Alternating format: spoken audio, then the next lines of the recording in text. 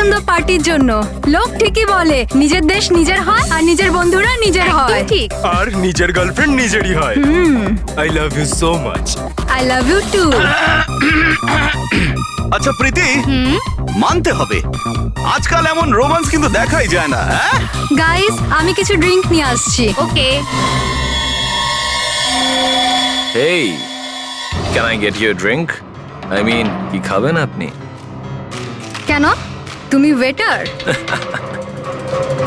By the way, I'm Saurabh. আর আপনি?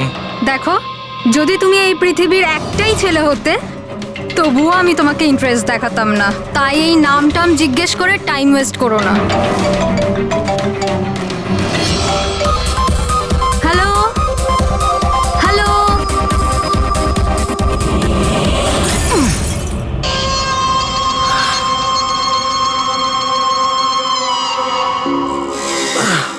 Hello hello, শুনতে পাচ্ছি না,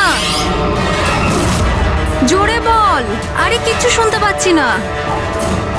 আরে এখানে নেটওয়ার্কও নেই। হ্যালো হ্যালো,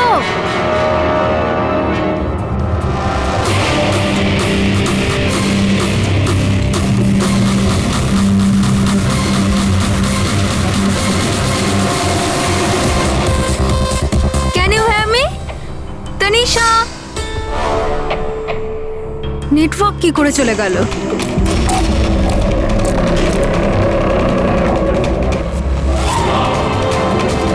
ফোন কেন লাগছে না?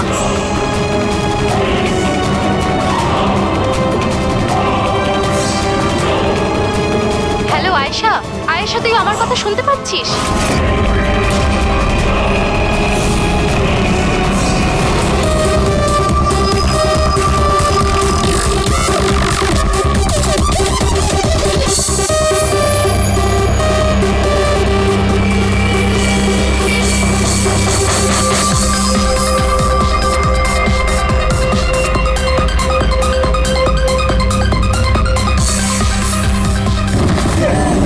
আরে কি হলো?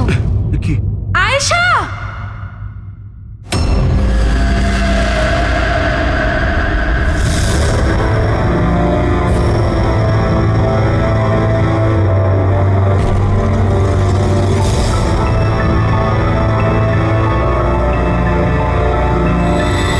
কি করে হলো এগুলো? হ্যাঁ, জানি না স্যার এসব কি করে হলো। ও কল অ্যাটেন্ড করার জন্য বাইরে গেছে, আর যখন ফিরলো তখন তুমি ছাড়া আর কে কে বন্ধু আছে আয়েশার এখানে? স্যার এ হলো প্রীতি, আর এ হলো বিশাল স্যার, আয়েশার বয়ফ্রেন্ড। দেখে তো মনে হচ্ছে আয়েশার কারোর সঙ্গে হাতাহাতি হয়নি। ও ফোন রিসিভ করার জন্য বাইরে গেছিল আর ওখানে খুনি আগে থেকেই ওর জন্য ওয়েট করছিল। তার মানে স্যার খুনি এসব প্ল্যান করে করেছে? না পঙ্কজ, এটা তো প্ল্যান মার্ডার মনে হচ্ছে না। যদি প্ল্যান মার্ডারই হতো তাহলে ও অন্য কোনো হাতিয়ার ইউজ করতো, কাঁচের ইউজ করতো না। তার মানে হঠাৎ কেউ একজন হয়তো খুব রেগে যায় আয়েশার উপর আর তারপর মেরে দেয়। মনে হচ্ছে তো এরকমই ফ্রেডি। আয়েশার এখানে কারোর সঙ্গে ঝগড়া টগড়া হয়েছিল? কোনো তর্ক বিতর্ক? হ্যাঁ, এরকম চুপ করে থাকলে কিন্তু কাজ হবে না। এই যে সিসিটিভি ক্যামেরা আছে, দেখলে সবই আমরা জানতে পারবো। সরি স্যার, সিসিটিভি ক্যামেরা কাজ করছে না। হোয়াট? সিসিটিভি কাজ করছে না? এত গাফিলতি? স্যার ওই কাল শেষের গানটার কারণে ধোয়ার জন্য হয়তো কোনো টেকনিক্যাল ফল্ট দেখা গেছে। আমি তাড়াতাড়ি ঠিক করব। তুমি তো তখন ঠিক করাবে যখন তোমার ক্লাব আবার খুলবে। কেস সলভ না হওয়া পর্যন্ত তোমাদের ক্লাব বন্ধ। স্যার আমার মনে হচ্ছে এই খুন সৌরভ করেছে। বড় লোকের বিগড়ে যাওয়া ছেলে। Hey, can I get you a drink? I mean, কি খাবেন আপনি? কেন? তুমি ওয়েটার? By the way, আমি সৌরভ। আর আপনি? দেখো, যদি তুমি এই পৃথিবীর একটাই ছেলে হতে তবুও আমি তোমাকে ইন্টারেস্ট দেখাতাম না। তাই এই নামটাম জিজ্ঞেস করে টাইম ওয়েস্ট করো না।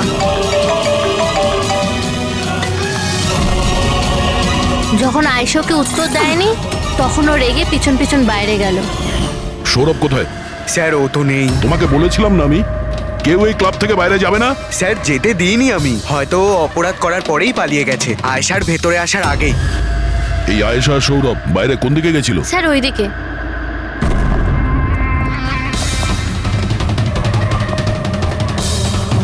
স্যার রক্তের দাগ। তাহলে এখান থেকে আয়েশা ভেতরে গেছিল। আগে দেখি। স্যার দেখুন এখানেও রক্তের দাগ। পঙ্কজ, ও নো, এত রক্ত! আর এই কাঁচের টুকরো, মনে হচ্ছে আয়েশার উপর হামলা এখানেই হয়েছে। স্যার ও no! আচ্ছা, এ সৌরভ নয় তো? এর পরিস্থিতি খুব খারাপ। অ্যাম্বুলেন্সকে ফোন করো। ক্লাবে এতগুলো লোকের মাঝখানে একটা মেয়ের খুন হয়ে গেল। মামসাদদের খুঁজে পাওয়া যাচ্ছে না। সিসিটিভি ক্যামেরা আছে কিন্তু কাজ করছে না। তার থেকেও বড় কথা, এখানে কেউ কিছু হতে দেখেনি। কি অদ্ভুত ব্যাপার না? আয়েশা এভাবে আমাকে ফেলে রেখে যেতে পারে না। আমাদের এখানে আসাই উচিত হয়নি। Please don't Cry. নিজেকে এভাবে দোষ দিও না। ডোন্ট ওয়ারি, সব ঠিক হয়ে যাবে। আপনার বান্ধবীর এখানে খুন হয়েছে, আর আপনার এই ব্যবহার? হ্যাঁ, এতক্ষণ ধরে এখানে যা হয়েছে তাতে মনে হচ্ছে যে খুনি এখানে আয়েশাকে মারার উদ্দেশ্য তো এসেছিল না, রেডি হয়ে আসেনি। এখানেই ক্লাবে এমন কিছু হয়েছে যার জন্য ও রেগে গিয়েছিল, আর তাই ও আয়েশাকে খুন করে দিয়েছে, আর তার সাথে সৌরভের ওপরও হামলা করেছে। আমার মনে হচ্ছে যে ওই খুনি আপনাদের মধ্যে কেউ একজন। ফ্রেডি, পঙ্কজ, এখানে যত লোক আছে তাদের সবার ডিটেলস নাও। মাফ করবেন রাইমা, আমি নিজের দিক থেকে অনেক চেষ্টা করেছি, কিন্তু এখন এর থেকে বেশি সাহায্য আর করতে পারবো না। ইটস ওকে ডক্টর, আপনার যা করার ছিল আপনি সবকিছু করেছেন, আর আমরা এর বেশি আর কি করতে পারি?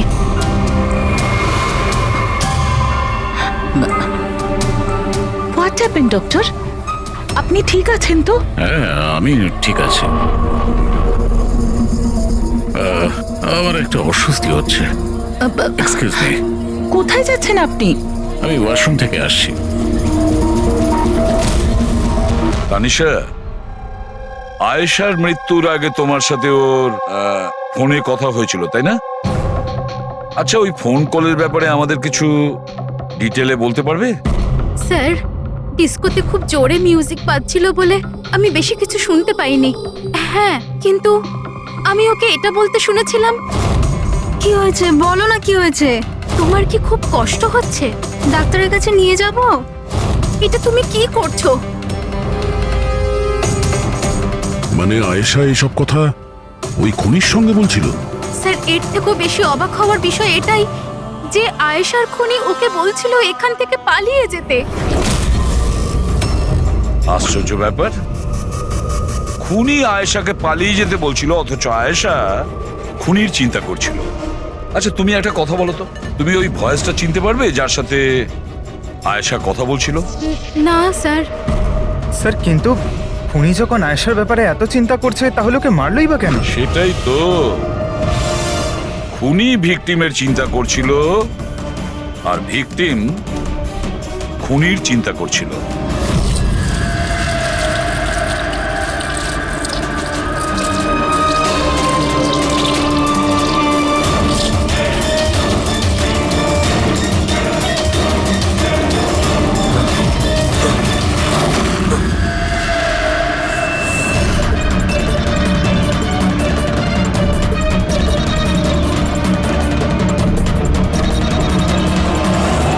গান?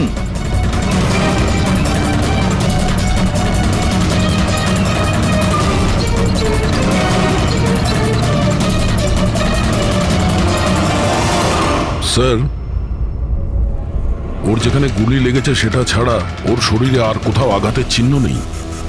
মনে হচ্ছে খুনি হঠাৎ এখানে এসে ওর উপরে গুলি চালিয়ে দিয়েছে। এরকম হতেই পারে। এই দেখো, এখানেও রক্ত।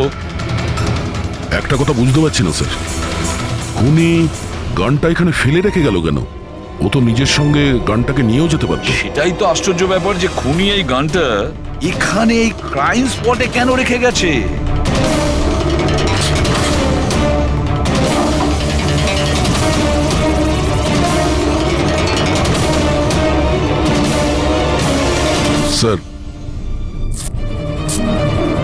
এই দেখুন, নিচে এখানে এই টেপটা আটকানো ছিল। ওয়াশ বেসিনের নিচে টেপ?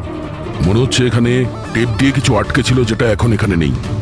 হতে পারে এই কেসের সঙ্গে রিলেটেড কিছু। নিশ্চয়ই, দেখতে হবে। রায়মাদেবী, ডক্টর যশবন্ত আপনার ডক্টর ছিলেন তো? আপনারা এখানে এই টেবিলেই বসেছিলেন? হ্যাঁ, আসলে উনি আমার অসুখের কথা বলতেই আমার সাথে দেখা করতে এখানে এসেছিলেন। খুব ভালো মানুষ ছিলেন উনি। আজ যখন আপনি ওর সঙ্গে কথা বলছিলেন, আপনার কি মনে হয়েছিল যে কোনো ব্যাপার নিয়ে ও একটু ডিস্টার্ব ছিল? ডিস্টার্ব তো নয়, কিন্তু হ্যাঁ, হঠাৎ করে ওনার শরীর খারাপ হয়ে গিয়েছিল আর উনি এক্সকিউজ মি বলে ওয়াশরুমে চলে গিয়েছিলেন। আমি তো ভাবতেই পারিনি যে এরকম একটা ঘটনা ঘটবে। স্যার, হ্যাঁ, এ হলো এই কফি শপটার ম্যানেজার। এখানকারও সিসিটিভি ক্যামেরাগুলো কাজ করছে না। স্যার, 2 ঘন্টা আগেও তো কাজ করছিল, কিন্তু হঠাৎ করে টেকনিক্যাল প্রবলেম হয়ে যায়, সেই জন্য ইঞ্জিনিয়ারকে ডেকেছি আমরা।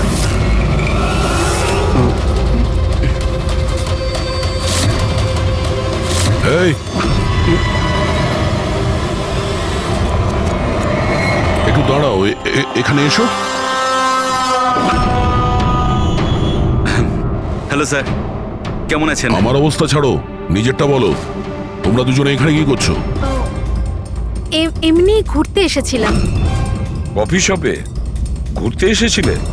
কাল রাত্রে তোমার বান্ধবীর খুন হয়ে গেছে। তোমার দ্বিতীয় বন্ধুর কেঁদে কেঁদে অবস্থা খারাপ, আর তোমরা দুজনে এখানে এই কফি শপে আড্ডা মারতে এসছো। এখানেও একটা খুন হয়েছে। বিষয়টা কাকতালীয়, তাই না? সত্যি কাকতালীয়ই বটে, কারণ আমরা তো জানি না ডক্টর যশবন্ত কে। হ্যালো, ওকে বিউরোতে নিয়ে এসো। ওকে ওকে ওকে ওকে ওকে, থ্যাংক ইউ ভেরি মাচ। কি জানিস পঙ্কজ, অনেক লোক ছিল এই ডিস্কোটায় যখন আয়েশা খুন হয়, আর একজনের ফোন ট্র্যাক করে এইটা জানার জন্য যে মার্ডারের সময় আয়েশার আশেপাশে কেউ ছিল না। তো এই আমার তো চোখ ব্যথা করতে শুরু করেছে।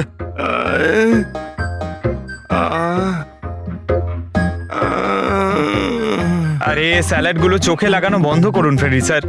আরো কত লোকের নাম্বার ট্রাই করতে হবে, কাজ করুন। ভগবান। সৌরভ, এখন তোমার শরীর কেমন? শরীরের আঘাত না হয় আজ নয় কাল ঠিক হয়েই যাবে স্যার, কিন্তু যা আমি ওই দিন দেখলাম সেটা হয়তো সারা জীবন কোনোদিনও ভুলতে পারবো না আমি।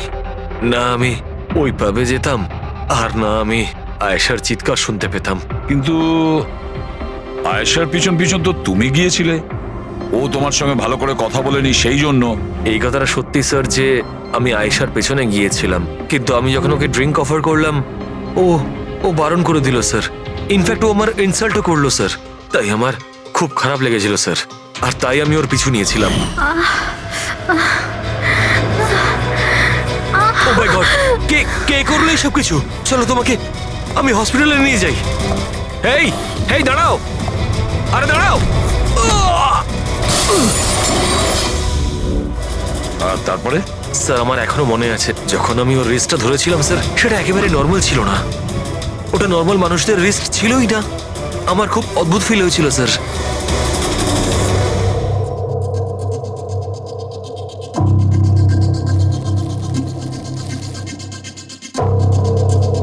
তাহলে আপনি বলছেন ডক্টর সালুকে যে এই বন্দুকের ওপর কিছু চটচটে লেগে আছে? হ্যাঁ, ওই চটচটে জিনিসটা রাবারের মতো, ওই যেমন সেলোটেপে হয় না, ওই রকম।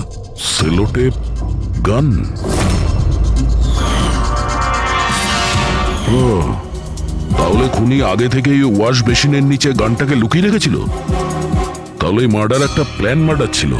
হ্যাঁ, কিন্তু এই বন্দুকটা যেটা দিয়ে ভিকটিমকে খুন করা হয়েছে, আর এই কাঁচ যেটা দিয়ে আয়েশাকে খুন করা হয়েছে, এই দুটোতেই কোনো ফিঙ্গারপ্রিন্টস পাওয়া যায়নি। কিন্তু ভাই, এই কাঁচটার টুকরোর ওপর একটা বিশেষ ধরনের কেমিক্যাল লেগে আছে, যেমন ধরো প্লাস্টিক কেমিক্যাল। এখন কেন লাগানো ছিল, কি লাগানো ছিল সেটা জানতে হবে, কিন্তু এই দুটো কেমিক্যালই এই বন্দুকটাতেও লেগে আছে, দুটোতেই। ডক্টর সালুকে, আপনি তো বলছিলেন এই গানের মধ্যে ওই সেলোটেপের গাম লেগেছিল। সেটা তো ছিলই, তাছাড়া কেমিক্যালও আছে। ওটা ছাড়া এই কেমিক্যালও আছে? তার মানে এই দুটো মার্ডার, এদের দুটোর মধ্যে কোনো কানেকশন আছে? আর জুবিন আর প্রীতির ওই ক্রাইম সিনে থাকা কোনো কাকতালীয় ছিল না? একদম, তুমি একদম ঠিক বলছো দয়া। তোমার কথা আরো একটা জিনিস প্রমাণ করছে, এই দুটো লাশের উপরই আমি তেলের মতো ফেরোমন পেয়েছি। ফেরোমনস মানে ওই কেমিক্যাল যার থেকে গন্ধ আসে? হ্যাঁ, এই দুটো ভিকটিমেরই এদের দুজনের লাশের মধ্যে একই রকম গন্ধ। একটা ব্যাপার পরিষ্কার, হয়তো দুজনে একই রকম পারফিউম লাগাতো, বা দুজনের খুন একজনই করেছে। জেনারেলি একজন মহিলা লেডিস পারফিউম লাগায়, আর একজন পুরুষ জেন্টস পারফিউম। কিন্তু এই দুজনেই একই রকমের পারফিউম লাগিয়েছে, চান্সটা একটু কম। তার মানে এই দুজনের খুনি একজনই। আয়েশার মৃত্যুর ব্যাপারে দুটো কথা জানা গেছে। এক, ওর বন্ধু তানিশা বলেছে, আর দ্বিতীয়টা সৌরভ বলেছে। তানিশার কথা অনুযায়ী যে খুনি আয়েশাকে ওই পাপ থেকে পালিয়ে যেতে বলেছিল। পৃথিবীতে এমন কোন খুনি আছে সে যাকে খুন করতে গেছে তাকেই সে বলছে যে তুমি এখান থেকে পালিয়ে যাও? তাহলে খুন করতে গিয়েছিল কেন? না না না না না না, গোলমাল আছে, নিশ্চয়ই কোনো গোলমাল আছে। আর স্যার ওই দ্বিতীয় কথা কোনটা? আর একটা কথা সৌরভ বলেছে। সৌরভ বলেছে যে খুনির কবজি কেমন যেন অদ্ভুত ছিল, সাধারণ মানুষের মতন ছিল না ওর কবজি। হয়তো কবজিতে রিস্ট ওয়াচ কিংবা ব্রেসলেট ছিল। ফেডরিক, বুদ্ধিটাকে একটু কাজে লাগাও, বুঝেছো? স্যার, হ্যাঁ? স্যার দুটো ক্রাইম সিনেই একটা নম্বর কমন। সেটা কার? আয়েশার বয়ফ্রেন্ড বিশালের স্যার। বিশাল? বিশাল? এই বিশালকে তো কফি শপে দেখাই যায়নি, তাহলে কফি শপে গেল কখন? রায়মা দেবী, আপনি আর এখানে? স্যার, এটা আমারই বাড়ি, কিন্তু আপনারা এখানে? ওনাকে কি খুন করেছে সেটা জানতে পেরেছেন? রাইমা, এরা কারা? CID officers. আপনারা প্লিজ ভেতরে আসুন, প্লিজ কাম। সিআইডি? আর স্যার, ইনি আমার হাজবেন্ড, আর এ আমার ছোট ছেলে সন্দীপ। আর বড় ছেলে বিশাল, সে কোথায়? কিন্তু কি হয়েছে স্যার? দেখুন, আসলে ব্যাপারটা হলো ডক্টর যশবন্ত আর আয়েশার খুনে আমাদের মনে হয় হয়তো বিশালের কোনো হাত আছে। এ আপনি কি বলছেন? অভিযোগ প্রমাণিত হয়নি, কাউকে গ্রেপ্তার করতে পারেননি, তো যে কোনো কাউকে ফাঁসিয়ে দেবেন? দেখুন, সিআইডির কাজই হচ্ছে অপরাধী পর্যন্ত পৌঁছানো, নাকি কোনো নিরপরাধীকে ধরে এই কেসটা বন্ধ করে দেওয়া। আপনি দয়া করে একটু বিশালকে ডাকবেন। দাদা খুন করতেই পারে না, আপনারা দয়া করে ওকে ধরে নিয়ে যাবেন না। সন্দীপ, আমরা কিন্তু তোমার দাদাকে এখানে ধরতে আসিনি, আর আমরা এটাও বলিনি যে তোমার দাদা কিছু করেছে। আমরা তো তোমার দাদাকে কিছু প্রশ্ন করব, ব্যাস। আপনারা আমাকে সন্দেহ করছেন? এক মিনিট বিশাল, তুমি ভেতরে যাও, আমি এই সিআইডির লোকেদের তোমায় বিরক্ত করতে দেবো না। দেখুন, সিআইডির কাজে বাধা দেওয়াও কিন্তু একটা অপরাধ, তাই প্লিজ আমাদের নিজেদের কাজ করতে দিন। বিশাল,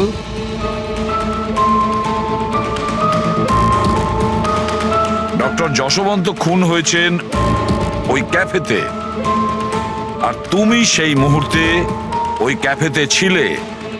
কেন, কিসের জন্য গিয়েছিলে ওখানে তুমি? স্যার, আমি তো ওখানে জুবাইন আর প্রীতির সাথে দেখা করতে গেছিলাম। আমি জানতাম না যে আঙ্কেল ওখানে হঠাৎ মায়ের সাথে দেখা করতে আসবেন। আয়েশার সাথে তোমার ঝগড়া চলছিল না? আমি ভীষণ কষ্ট পেয়েছি স্যার ও মারা যাওয়ার পর। আমি জানি না ওকে ছাড়া আমার বাকি জীবন কিভাবে কাটাবো। আমি কিছুদিন একা থাকতে চাই। ঠিক আছে, তুমি গিয়ে রেস্ট নাও। এরপরে কিন্তু দেরি করা যাবে না। আরে, আপনারা আবার এখানেও? মাঝে মাঝে নিজের বাড়িতে যান নাকি? সবসময় বিশালের আশেপাশে ঘোরাফেরা করছেন? না স্যার, এমন কোনো কথা নয়।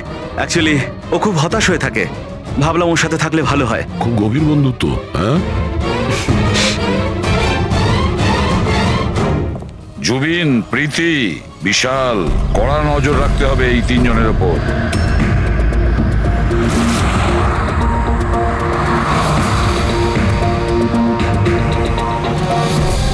তিনজনের বাড়িতে এমন ক্যামেরা ফিট করেছি না স্যার, একটা মাছি ঢুকলেও সব টের পেয়ে যাবো আমরা। তুই যাই বলিস, কাজের লোক, দুধওয়ালা আর সবজিওয়ালা এদের মাধ্যমে গোপন ক্যামেরা বসাবার আইডিয়াটা কিন্তু দারুণ ছিল। ভালো ছিল না? কিন্তু আমার ছিল না, দয়া স্যার ছিল। আচ্ছা, হ্যাঁ, আর উনি আমাদেরকে এখানে বসিয়ে দিয়েছেন যাতে আমরা এখানকার সিসিটিভি ফুটেজ চেক করতে পারি।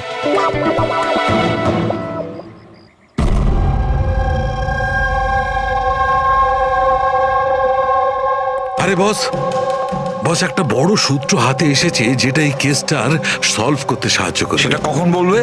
আরে বলছি তো। আরে তাহলে বলো তাড়াতাড়ি। আরে ভাই, নিঃশ্বাস তো নিতে দাও।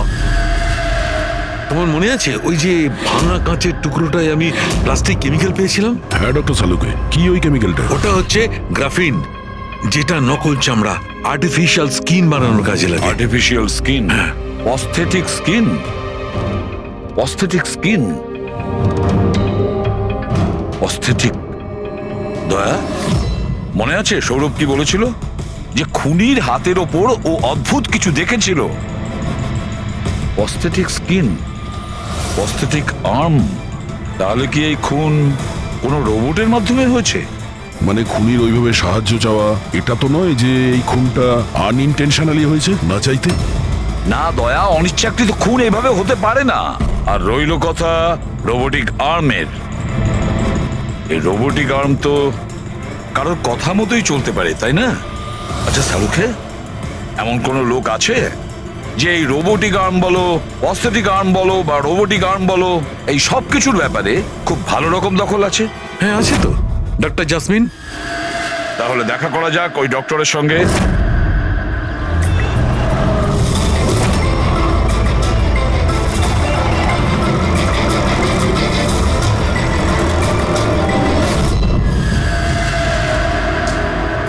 ডক্টর জাসমিন, আমরা এটা জানতে চাই যে যদি এই এরকম প্রস্থেটিক লাগানো হাত লাগানো হয়েছে রোবোটিক আর্ম, তাহলে কি ওই হাত, ওই আর্ম অন্য কারোর ইনস্ট্রাকশনে কাজ করতে পারে? মানে নকল হাত লাগানো হয়েছে একে, কিন্তু এই হাত দিয়ে কি কাজ করাতে হবে তার কন্ট্রোল এর কাছে নেই, বিয়ের কাছে আছে, তাই তো? কারণ আমাদের সন্দেহ হচ্ছে যে খুন নিজের ইচ্ছায় করছে না, কেউ ওকে দিয়ে করাচ্ছে। স্যার, এটা শুনে যতটা কঠিন মনে হচ্ছে আসলে ততটা কঠিন নয়। হ্যালো, দামিনীকে একটু ভেতরে পাঠাও। হ্যাঁ, সেই রুগীটাই যার কাল টেস্ট হয়েছিল। রুগী?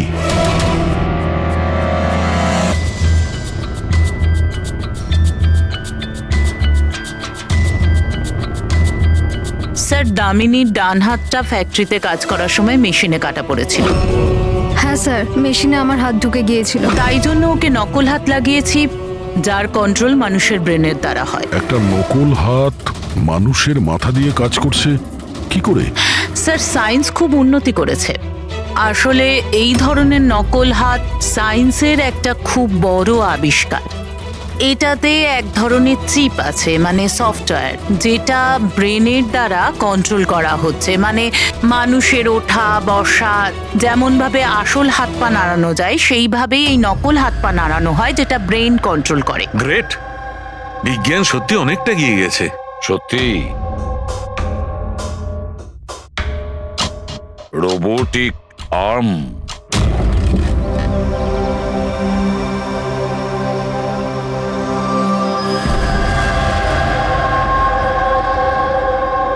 বাই। ওরা ওখানে হাত করছে আর আমরা এখানে গাড়িতে বসে আছি।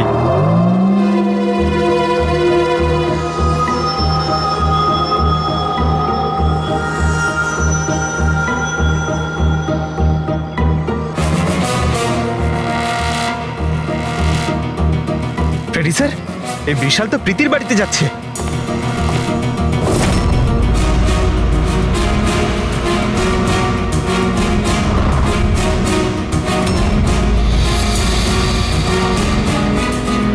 বিশাল, তুমি টেনশন করো না, কেউ কিচ্ছু জানতে পারবে না। আমরা কোনো না কোনো উপায় ঠিক বের করব, ওকে? এ নাও কফি খাও।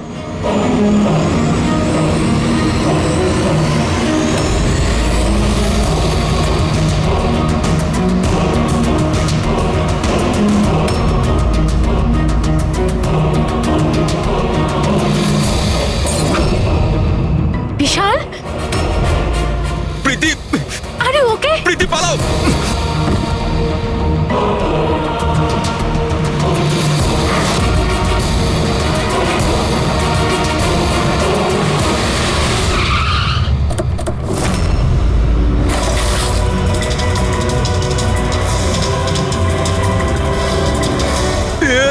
বিশাল, না, বিশাল ছাড়ো।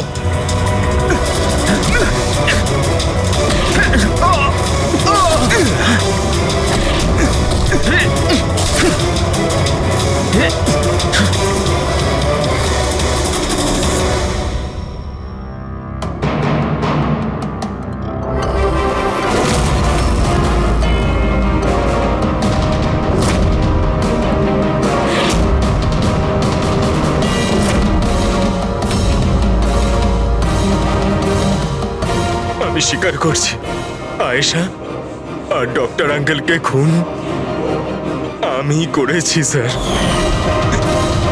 তুমি এখানে কি করছো? কি হলো? কি হচ্ছে এটা? আমি বুঝতে পারছি না কি হচ্ছে আমার হাতে। কিছু প্রবলেম? কি হচ্ছে বলছো না কেন কিছু? ডাক্তারের কাছে নিয়ে যাব? এটা কি করছো? এটা কি করছো?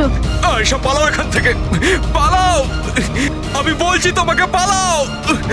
আয়েশা,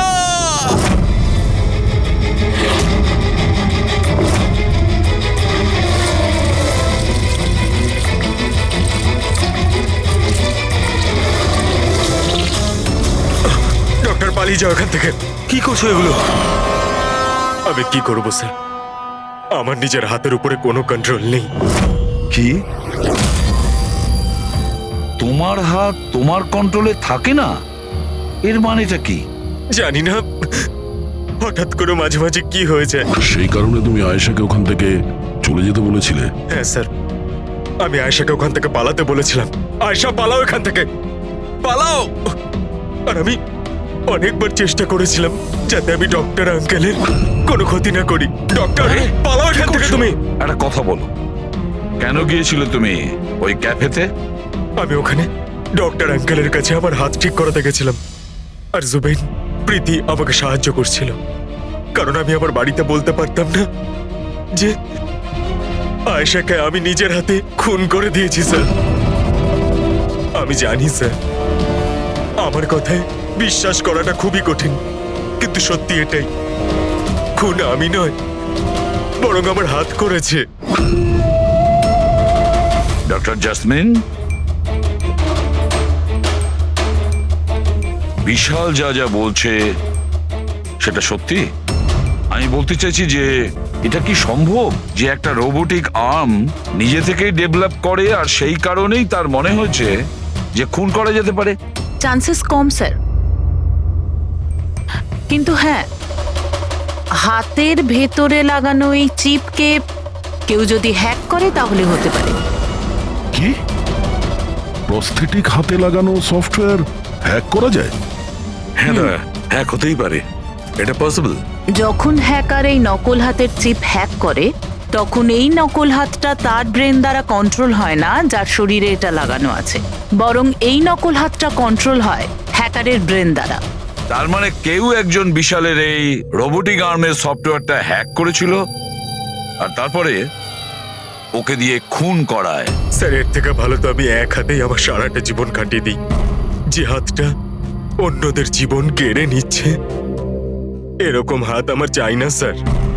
বিশাল, একটা কথা বলো, তোমার এই হাত তোমাকে বলছে যে সেই কাউকে মারতে চায়, তখন তুমি কি ভাবো? তখন তোমার মনের অবস্থা কি হয়? কি চলে তোমার মাথার ভেতরে? স্যার, 2-3 মিনিট সময় লাগে। আমি পুরোপুরি ভাবে চেষ্টা করি আমার হাতকে কন্ট্রোলে আনার, কিন্তু 2 মিনিট পর আমার হাতই জিতে যায় স্যার।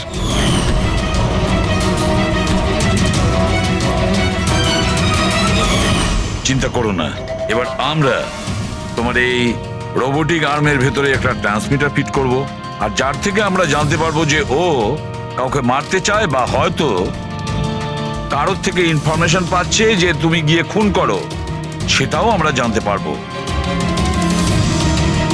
আচ্ছা বিশাল, একটা কথা বলো, তোমার আসল হাত হারালে কি করে? স্যার আমি গত বছর ঘুরতে যাচ্ছিলাম, সেখানে একটা রোড অ্যাক্সিডেন্ট হয়। ব্যাস। জীবনে আমাদের অনেকবার পরীক্ষা দিতে হয়। স্যার আমার পরীক্ষা তো শেষ হওয়ার নামই নিচ্ছে না। যখন নকল হাত নিয়ে সারাটা জীবন কাটাবো ভেবে নিলাম, তখন এই হাতটাই আমার জীবন শেষ করে দিচ্ছে স্যার। বিশাল, আমরা তোমাকে কথা দিচ্ছি, না তো তোমার একটা হাত দিয়ে জীবন কাটাতে হবে, আর না তো ওই আসল অপরাধী স্বাধীনভাবে ঘুরতে পারবে।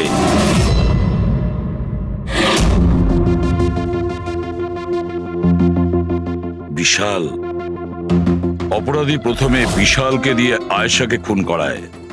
আয়েশা, যাকে বিশাল খুব ভালোবাসতো, এরপরে খুন করায় ডক্টর যশবন্তকে, যে বিশালকে সাহায্য করত।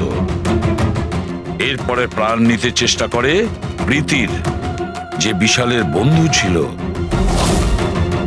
এরা প্রত্যেকেই হলো বিশালের শুভাকাঙ্ক্ষী, আর এরা প্রত্যেকে বিশালের আপনজন। সবাই বিশালের খুব কাছের মানুষ। তাহলে এই অপরাধী কে হতে পারে? কে সেই অপরাধী? এও তো কোনো কাছের মানুষ হতে পারে, বিশালের কোনো আপনজন। পঙ্কজ, বিশালের অ্যাক্সিডেন্টের পুরো ডিটেল আমার চাই, A to Z।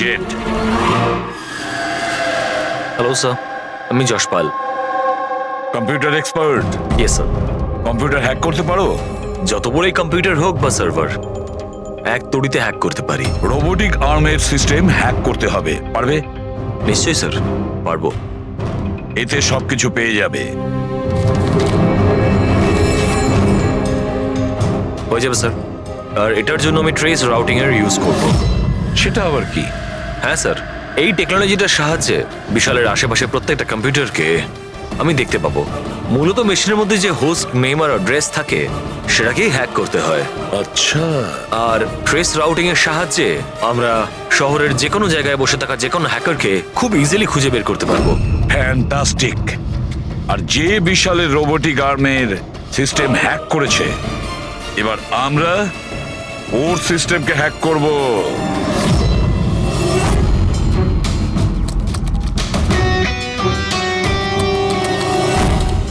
এই দেখুন স্যার, এই সময় বিশালের আশেপাশে এই সব কটা কম্পিউটার অ্যাক্টিভ রয়েছে, আর এর মধ্যে হয়তো কোনো একটাই ওই হ্যাকারের। শুধু একবার জানতে পেরে যাই ওই কম্পিউটারটা কোনটা, তাহলেই কাজটা সহজ হয়ে যাবে। যশপাল, তাড়াতাড়ি করো, আমাদের হাতে সময় কম। বিশাল আজকে আমাকে বাড়িতে কেন ডাকলো? আঙ্কেল আন্টিও নেই, জানি না কি ব্যাপার।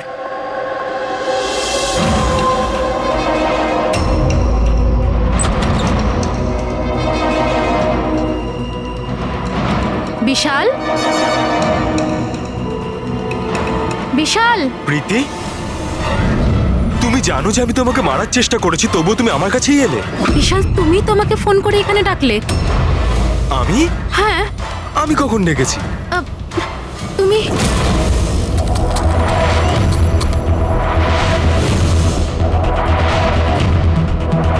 নো!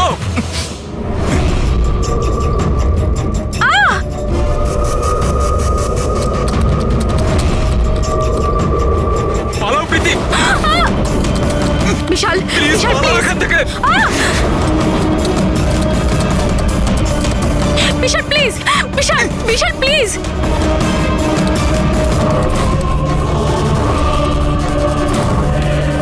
ইয়েস স্যার, ওই হ্যাকারের লোকেশন পেয়ে গেছি।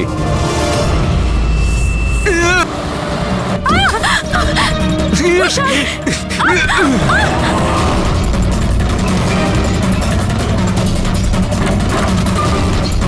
স্যার আপনি এখানে কি করছেন? বিশাল প্লিজ।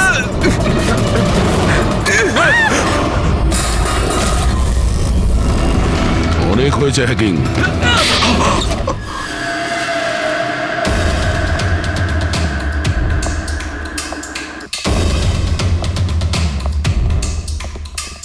আবার এসে গেলেন আপনারা। এবার এটা যেন বলবেন না যে ওকে আপনারা ধরতে এসেছেন। আগে না, আমরা বিশালকে ধরতে আসিনি, খুনিকে ধরতে এসেছি, যে এই মুহূর্তে এখানে উপস্থিত। উনি এখানে? কি বলছেন আপনি? আপনি আপনার মিথ্যে অভিযোগ কার ওপর লাগাবেন? মননবাবু, গত বছর একটা গাড়ির অ্যাক্সিডেন্ট হয়েছিল খান্ডালাতে। 3 জন ছিল ওই গাড়িতে। 22 বছরের ছেলে বিশাল, 15 বছরের ছেলে সন্দীপ, আর 9 বছরের ছোট বাচ্চা সোনিয়া। গাড়ি বিশাল চালাচ্ছিল। গাড়ির অ্যাক্সিডেন্ট খুব সাংঘাতিক হয়েছিল। বাচ্চা মেয়ে সোনিয়া স্পট ডেড হয়ে গেছিল। আর সন্দীপ প্যারালাইজড হয়ে গেছিল। ও এখনো চলতে পারে না। এসব আপনি কি করে জানলেন আঙ্কেল? ওই অ্যাক্সিডেন্টে সব থেকে কম আঘাত লেগেছে বিশালের, তবে যে আঘাতটা লেগেছে সেটাও কম নয়। বিশালের নিজের হাতটা হারাতে হয়েছে। আর তাছাড়া বিশাল আপনার সৎ ছেলে, তাই না? স্যার, বিশাল আমার কাছে নিজের সন্তানের মতোই। আমি আপনাকে রিকোয়েস্ট করছি, আপনি বিশালকে আমার সৎ ছেলে বলবেন না। আই এম সরি মদন বাবু, যদি সব বাবা আপনার মতন ভাবতো তাহলে তো ভালোই হতো। যদি রায়মা দেবী এভাবে ভাবতেন। কি রায়মা দেবী? আচ্ছা, আপনার মনে অনেক রাগ জমে আছে, তাই না বিশালের জন্য? কারণ বিশালের জন্য আপনি আপনার নিজের মেয়েকে হারিয়েছেন, আর আপনার নিজের ছেলে সারা জীবন চলাফেরা করতে পারবে না। আপনি কি বলতে চাইছেন? আমরা কি বলতে চাইছি ওটা এক্ষুনি জেনে যাবেন। পঙ্কজ,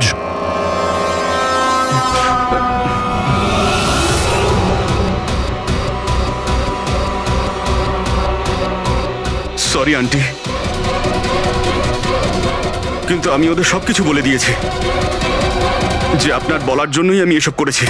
আমি ওই সফটওয়্যারগুলোকে হ্যাক করেছিলাম, আর আমি সব জায়গার সিসিটিভিগুলোকে হ্যাক করে বন্ধ করে দিয়েছিলাম।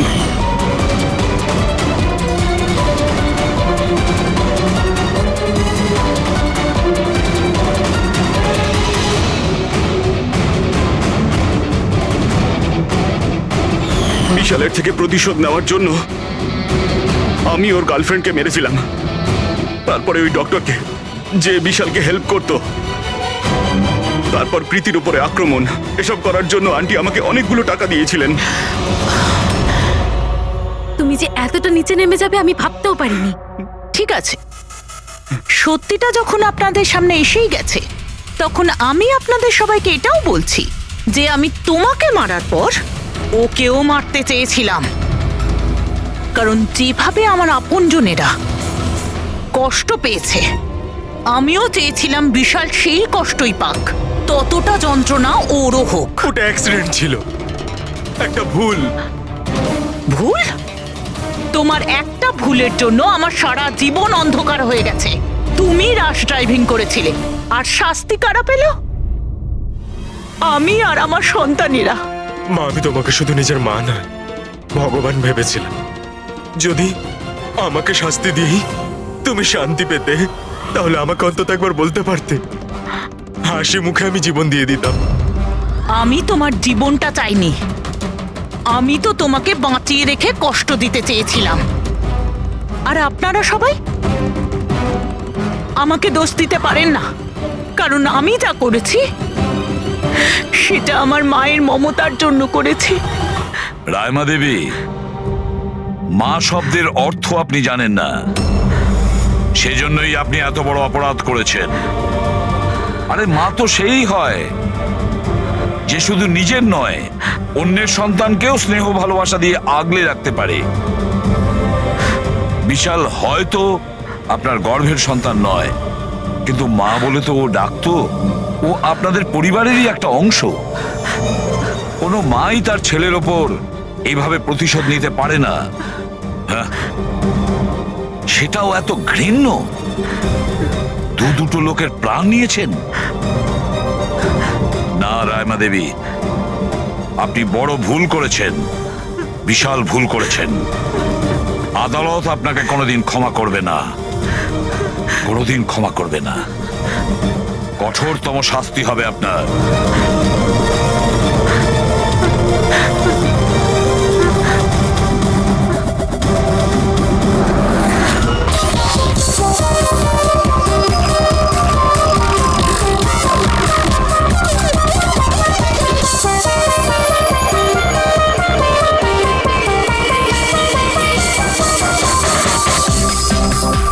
Guys, thank you so much এত সুন্দর পার্টির জন্য।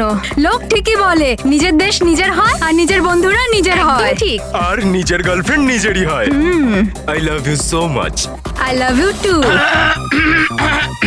আচ্ছা প্রীতি, মানতে হবে আজকাল এমন রোমান্স কিন্তু দেখাই যায় না। হ্যাঁ গাইস, আমি কিছু ড্রিঙ্ক নিয়ে আসছি। Okay. Hey, can I get your drink? I mean, কি খাবেন আপনি? কেন, তুমি waiter? By the way, I am Sourav. আর আপনি? দেখো, যদি তুমি এই পৃথিবীর একটাই ছেলে হতে তবুও আমি তোমাকে ইন্টারেস্ট দেখাতাম না। তাই এই নাম টাম জিজ্ঞেস করে টাইম ওয়েস্ট করো না।